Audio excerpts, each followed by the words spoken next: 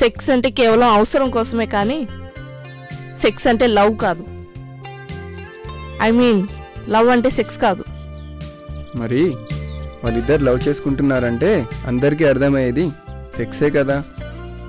ఎక్కడో ఏదో బుక్లో చదివాను, ప్రేమ అంటే ఒకరి మీద ఒకరికి ఇష్టం, గౌరవం, ఆనందం, అవసరం, శ్రద్ధ, ఆసక్తి, పూజించడం, పంచుకోవడం.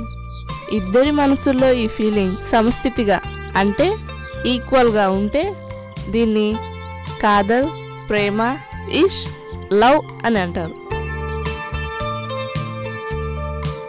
ఒకరి మీద ఇంకొకరికి ప్రేమ ఉన్నప్పుడు ఎలా ఉన్నా నచ్చుతారు. 4 రోజులు స్నానం చేయకపోయినా పన్నీరు అత్తరు వాసన వస్తూనే ఉంటుంది. ఏం మాట్లాడినా రాగాలు కవిత్వాలా వినిపిస్తూనే ఉంటుంది. ఎన్ని వంకర్లున్నా వయ్యారంగా కనిపిస్తారు. అదే ప్రేమ తగ్గిపోతే అన్నీ రివర్స్. మెసేజ్ చేయట్లేదు, ఫోన్ చేయట్లేదు, అక్కడికి వెళ్ళావు ఇక్కడికి వెళ్ళావు, ఒకటే టార్చర్ పెడతారు. అందుకనే అసలు ఈ ప్రేమ అనేది. ఒక్క నిమిషం. దేశముదురు సినిమాలో వైశాలిలా కొంతకాలం సన్యాసంగాని చేసావా? అయినా super, wow, what a definition for love. అయినా సరే సెక్స్ లేని ప్రేమ బంధం బలహీనంగా ఉంటుంది. కావాలంటే చెక్ చేసుకో.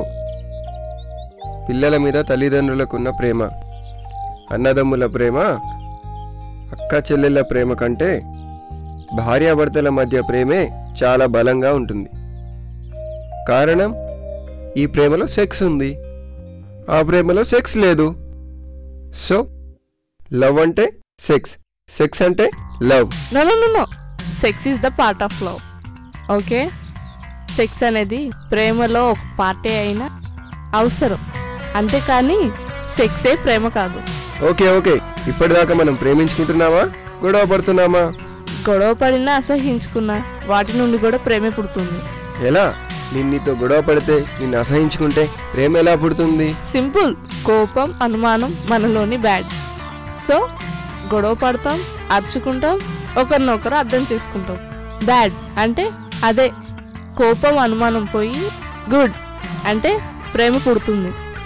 అలాగే అసహ్యం. ఫర్ ఎగ్జాంపుల్, ఖుషి సినిమాలో భూమిక పవన్ కళ్యాణ్ని అసహించుకుంటుంది. ఎందుకని? ముంతాజ్తో తిరుగుతున్నాడని. చివరికి ఏం జరిగింది? అసహ్యం నుంచి, ద్వేషం నుంచి ప్రేమ పుట్టింది. ఆ తర్వాత ఏమైంది? డజన్ మంది పిల్లలు పుట్టారు.